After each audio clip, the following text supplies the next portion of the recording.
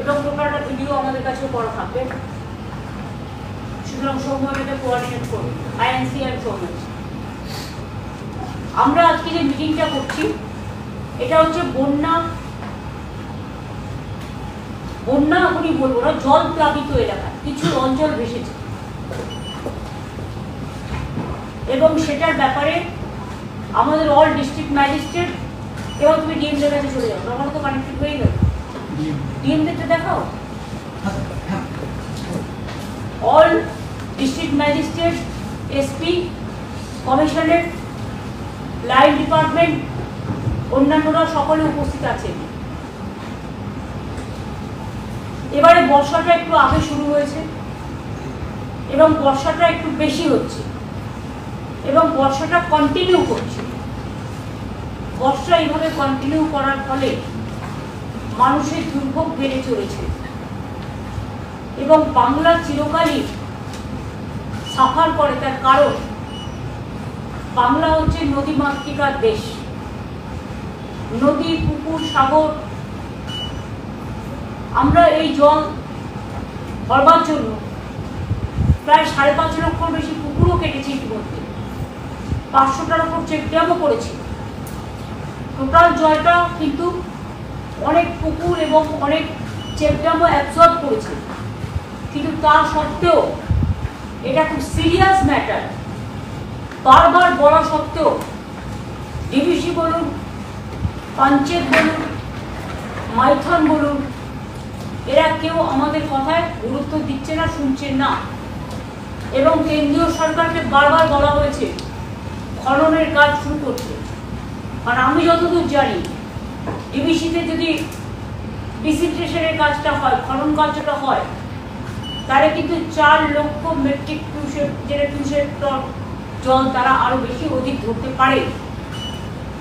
এই পর্যন্ত গত 18ই জুন থেকে খুব দুঃখের সঙ্গে বলছি এবং দুর্ভাগ্য হলেও সত্য, একদিকে বৃষ্টি হয়েছে, অন্যদিকে প্রায় 27,000 লক্ষ, ভালো করে সংখ্যাটা শুনুন কত জল ছেড়েছে, 27,000 লক্ষ কিউবিক মিটার। আবার বলছি, কেউ ভুল করবেন না, 27,000 বলে দেবেন না, 27,000 লক্ষ মেট্রিক টন কিউবিক মিটার। 27,000 লক্ষ কিউবিক মিটার, 27,000 লক্ষ কিউবিক মিটার জল ছাড়া হয়েছে 18ই জুন থেকে আজ পর্যন্ত। কেউ নিজেকে বাঁচাবার জন্য জল ছেড়ে দিয়ে খালাস হয়ে যাচ্ছে, কিন্তু নিজেদের যে দায়বদ্ধতা এবং দায়িত্ব, 15 বছর ধরে আমরা লড়াই করছি, 14 বছর ধরে, কিন্তু লড়াইয়ের কোনো ফল পাওয়া যাচ্ছে না। আমাদের এখান থেকে টিম গেছে, অনেকবার দেখা করে এসছে, ইরিগেশন ডিপার্টমেন্ট বারবার বলেছে, আমি নিজে প্রধানমন্ত্রীকে চিঠি দিয়েছি, ইরিগেশন ডিপার্টমেন্টকে চিঠি দিয়েছি, আমরা আমাদের ইস্টার্ন রিজিয়নের মিটিংগুলোতে আলোচনা করেছি, নীতি আয়োগের মিটিংগুলোতে আলোচনা করেছি, কিন্তু কিছুতেই কথা কানে যাচ্ছে না। জনগণের যে ক্ষতি হচ্ছে, আসাম বন্যার ত্রাণের টাকা পায়, বাংলা পায় না। বাংলায় শুধু জল ছেড়ে দিয়ে বন্যা করে দিয়ে খালাস, আর তারপর ভোটের অঙ্ক অন্য কথা বলবে, তখন সময়টা অন্য হয়ে যায়। আমি এটা বলতাম না, কিন্তু বাধ্য হয়ে বলছি, ভোটের অপর কাজ জনগণের সেবা করা। সেবার পরিবর্তে জনগণের পরিষেবা না দিয়ে নিজেদের পরিষেবা করছে। আমি সরি টু সে। এবং তাই ডিএমএসপিতে যেটা আমি বলতে চাই যে আপনারা এখন থেকে দেখুন, যেগুলো লো ল্যান্ড আছে, কাঁচা মাটির ঘর আছে, যেটা সিএস আপনাদের অলরেডি বলেছেন, যেখানে পুকুর বেশি আছে, মানে ওই স্রোতের জল আসছে, তার অন্তত বেশ কিছুটা জুড়ে, 1 কিলোমিটার 2 কিলোমিটার জুড়ে, কারণ যে রেটে জল ছাড়া হচ্ছে, কোন দিন আগে তো বামফ্রন্ট আমলে আমি দেখেছি রাত্রিবেলায় জল ছেড়ে দিয়ে মানুষ ভাসিয়ে দেওয়া হতো, কাউকে উদ্ধার করা হতো না, মানুষ মারা যেত, শয়ে শয়ে মানুষ মারা গেছে। আমরা এখন মনিটরিং করি বলে এটা লক্ষ্য রাখি, কিন্তু আমাদের কাজ হচ্ছে। আগেরবারও পুলিশ আমাকে খুব হেল্প করেছে ব্যাপারে। এখন থেকে ডিএমএসপিদের বলবো, সব ভিডিওকে আইসিতে, ওসিদের, কমিশনারকে, অল যারা অ্যাডমিনিস্ট্রেশনের অফিসার আছে, মেবি সিভিক আর পুলিশ, সবাইকে মাইকিং করে লোল্যান্ডে যারা আছে তাদের সেন্টার ক্রিয়েট করে আশেপাশে যে বাড়ি আছে, রিলিফ সেন্টার আমরা কিছু কিছু অঞ্চলে করেছি, অনেকগুলো করেছি, কিন্তু যে যে অঞ্চলে রিলিফ সেন্টার নেই সেখানে আশেপাশে পাকা বাড়ি কি আছে গভর্নমেন্টের দেখে নিয়ে সেখানে তাদের নিয়ে এসে রাখুন এবং তাদের রিলিফ দিন যতদিন পর্যন্ত তারা বাড়ি ফিরতে না পারবে, এবং বাড়ি ফিরলেও স্বাভাবিক জীবনযাত্রা পূর্ণ করতে না পারবে, ততদিন কিন্তু আমাদের রিলিফ ওয়ার্কটা চালিয়ে যেতে হবে। রিলিফ মেটেরিয়ালসের যাতে কোনো রকম অসুবিধে না হয়। হেলথ সেক্রেটারি এখানে আছে, আমি বলবো যে সাপে কাটার ওষুধ যেটা ভেনাম বলে মনে হয় তোমরা, অ্যান্টিভেনাম, এই ওষুধটা যাতে পর্যাপ্ত পরিমাণে ক্যাম্পে এবং জল প্লাবিত এলাকাগুলোতে থাকে সেটার জন্য স্পেশাল কেয়ার নিতে হবে। বিদ্যুতের খুঁটিগুলো যাতে ইলেকট্রিকিউটেড না হয়ে যায়, বিদ্যুৎ দপ্তর থেকে একটা প্রচারও দরকার। আপনারা সোশ্যাল নেটওয়ার্কে প্রচার করুন ডিজিটাল করে, যে দয়া করে বর্ষার সময় ভেজা হাতে কেউ বিদ্যুতের খুঁটিতে হাত দেবেন না, বা ঝড় বৃষ্টি চলাকালীন গাছের তলায় দাঁড়াবেন না, এবং সিএসসিকেও অ্যালার্ট করতে হবে, বিদ্যুৎ দপ্তরকে অ্যালার্ট করতে হবে যাতে কোনো ইনসিডেন্ট না হয়, অ্যাক্সিডেন্ট না হয়, তার পরিপূর্ণ মনিটরিং করতে হবে। মনিটরিং চলবে এখন। স্বাস্থ্য দপ্তরকে পর্যাপ্ত পরিমাণে ডায়রিয়ার মেডিসিন, সাপে কাটার মেডিসিন, জ্বরের মেডিসিন, বৃষ্টিতে ভিজলে ইনফ্লুয়েঞ্জা হয়, যাতে কোনো রকম কোনো অসুস্থ মানুষ না হয় সেদিকটা দেখতে। ডিজাস্টার ডিপার্টমেন্টকে বলবো, একটা টার্পোলিন দিয়ে দিলাম 25 জন বাড়িতে লোক, এটা না দেখে, টার্পোলিনের অভাব না দেখে, বা এক্ষুনি প্রয়োজন করে বেশি টার্পোলিনের অর্ডার দেওয়া সুস্বাস্থ্যকর নয়। যতটা প্রয়োজন, দেখুন ডিএমদের কাছে যে জেলাগুলো বিশেষ করে বন্যা প্লাবিত হয়, জল প্লাবিত হয়, সেই জেলাগুলোতে যেন পর্যাপ্ত পরিমাণে টার্পোলিন, জামা কাপড়, ফুড, মেডিসিন, জল, পানীয় জল ইত্যাদি থাকে, তার ব্যবস্থা করা। কারণ পুকুরগুলো এই সময় জল ভরে যায়, ওই জল খেলে ডায়রিয়া হয়। পিএইচি থেকেও না সব জায়গায় দরকার হলে ওয়াটার ভ্যান টাইপ এসে রেখে জল পড়ে, সেই সমস্তগুলোর ব্যবস্থা করতে হবে। ইরিগেশন ডিপার্টমেন্টকে বলবো যে ছোটোখাটো কাজগুলো করা যায় বর্ষার মধ্যেও, জীবনে ঝুঁকি নিয়ে নয়, সেগুলোকে দেখে নিতে। এবং আমি তো বারবার বলছি ম্যানগ্রোভ এবং ঘোড়া গাছ নাকি একটা বলে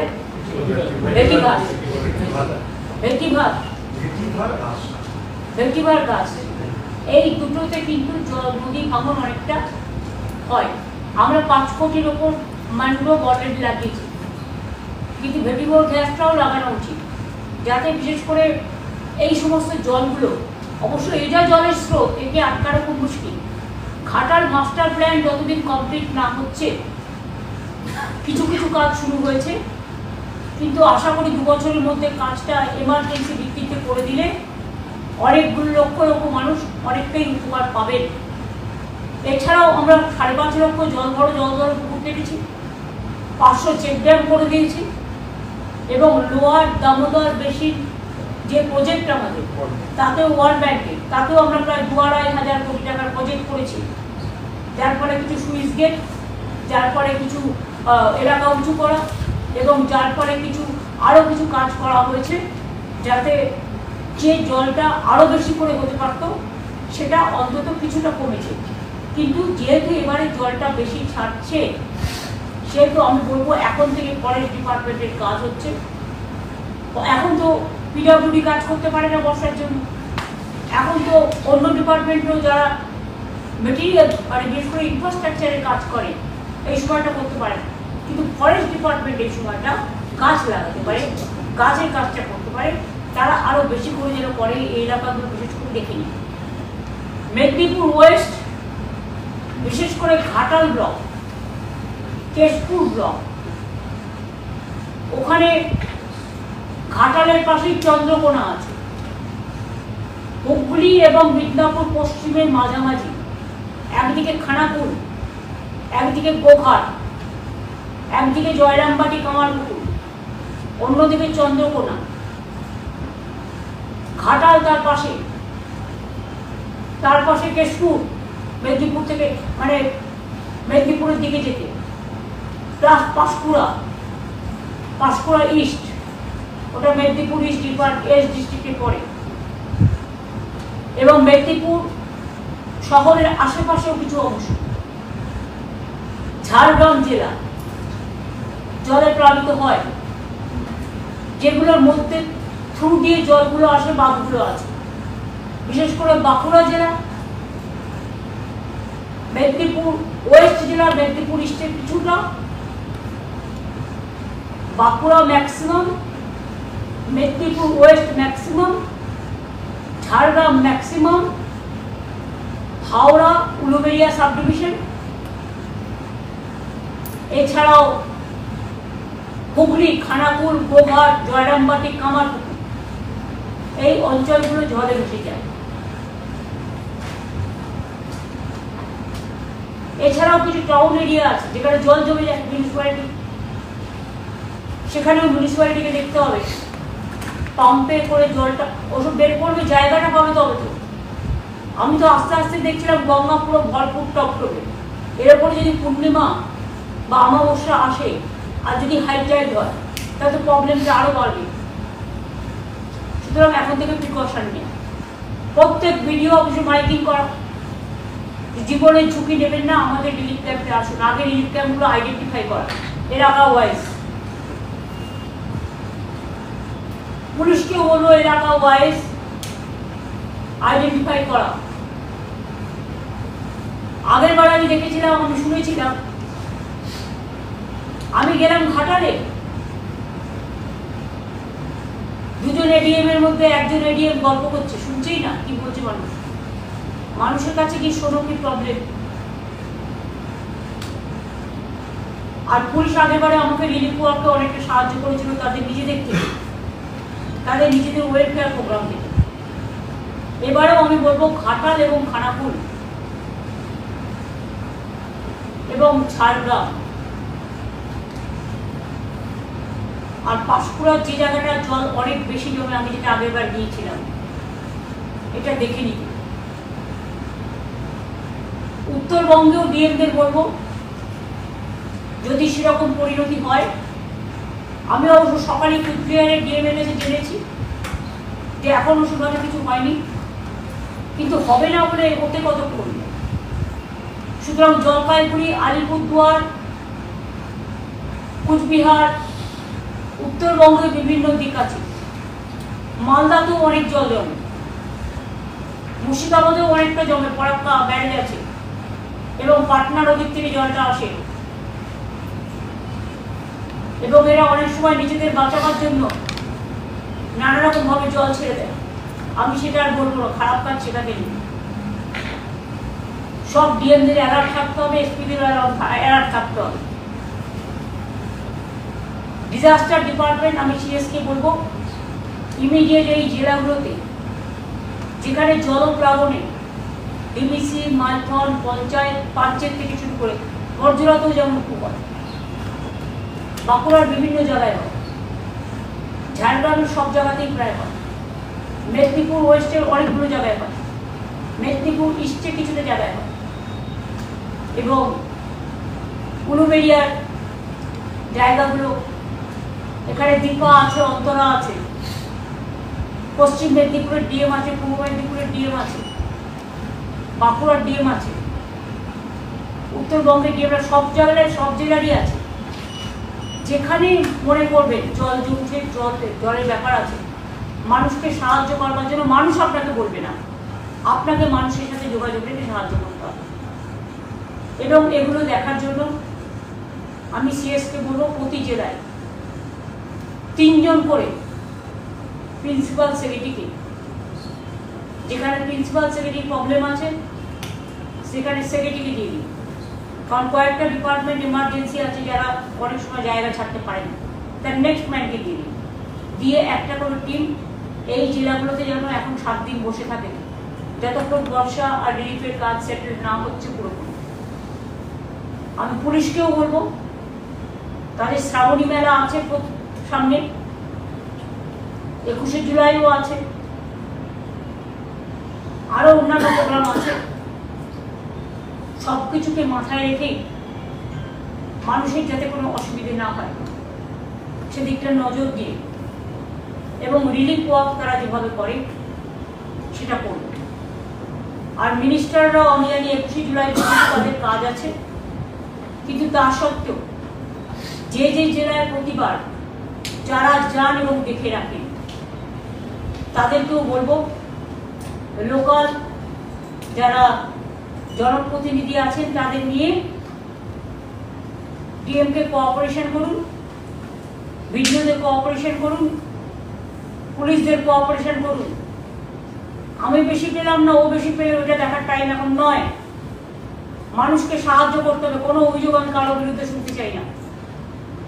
আর 2 হচ্ছে মিডিয়াকেও বলবো পজিটিভ রোল প্লে করতে, অযথা আতঙ্ক ছড়াবেন না, চেষ্টা করবেন মানুষের পাশে থাকতে।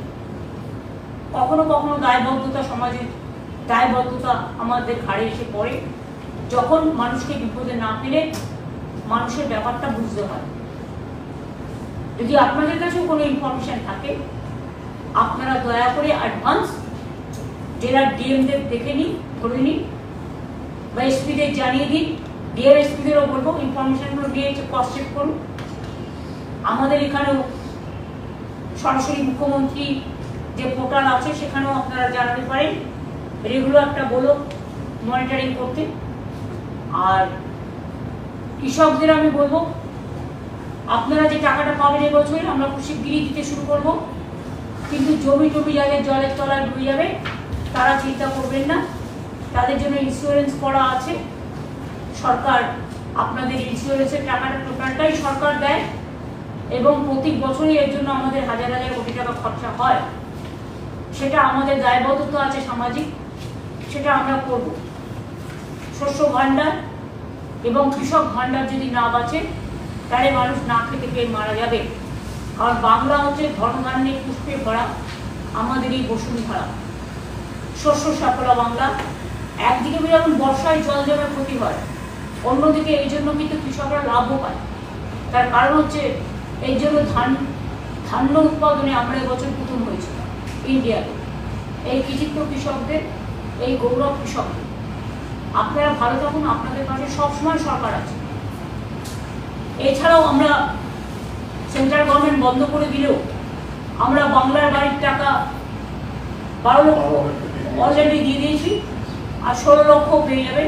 একটা ফেজ এখন দেওয়া হচ্ছে, ডিসেম্বরে দেওয়া হচ্ছে, আর একটা ফেজ মে মাসে পেয়ে যাবে। তাহলে 28 লক্ষ মাটির বাড়ি আমরা করে দিচ্ছি। আগে প্রায় 47 লক্ষর মতো করা হয়েছে।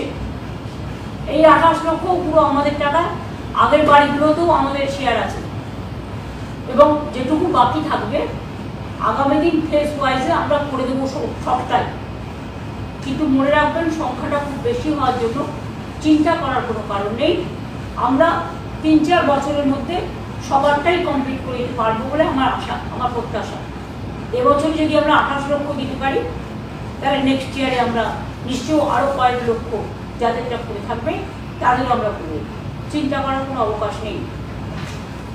আর রাস্তাঘাটগুলো এ সময় কোনো ভারী গাড়ি যেন গ্রামীণ রাস্তা দিয়ে পার না হয়, ওদের কোনো সময় পার করতে দিই না যে গ্রামীণ রাস্তাগুলো আমরা পথশ্রী প্রকল্পে করি। কিন্তু তা সত্ত্বেও কিছু লোকাল ইন্টারেস্টের জন্য কিছু লোক ঢুকিয়ে দেয়, ফলে আমার রাস্তাগুলো ভেঙে যায়। সেটাকে কিন্তু টেক কেয়ার করতে হবে পঞ্চায়েত ডিপার্টমেন্টকে সিরিয়াসলি। মনিটরিং করতে হবে এবং যদি কোথাও কোনো অভিযোগ আসে সেটা পঞ্চায়েত ডিপার্টমেন্টকে হ্যান্ডেল করতে হবে, পুলিশকেও হ্যান্ডেল করতে হবে খুব ভালোভাবে।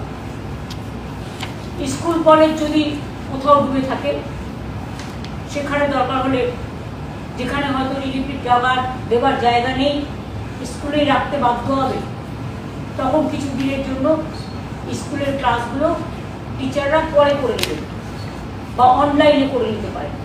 কিন্তু অনলাইনে তো সবার অ্যাডভান্টেজ নেই, এটা ক্লাস 9-10 ক্লাস 11-12 হতে পারে, কারণ আমরা তখন তাদের স্মার্টফোন, কিন্তু অন্য জায়গায় তো স্মার্টফোনটা দেওয়া হয় না। সুতরাং তারা কোর্সটা যাতে পরে কমপ্লিট করতে পারে, যখনই কোনো দুর্যোগ, কোনো দুর্যোগ বা কোনো দুরারোপ হয় তখন কিন্তু আমাদের মিলেমিশেই কাজটা করতে হয়। কাজে সবাইকেই অনুরোধ করব সম্পূর্ণভাবে সহযোগিতা করবার জন্য। খাদ্যের অভাব যাতে না হয়, রিলিফ ক্যাম্পগুলোতে সেলফ হেল্প গ্রুপে কাজে লাগিয়ে কমন কিচেন তৈরি করে যারা ক্যাম্পগুলোতে থাকবে তাদের খাবার সাপ্লাই করতে হবে। ড্রাই ফুডও রাখতে হবে, শিশু ফুডও, বেবি ফুডও রাখতে হবে।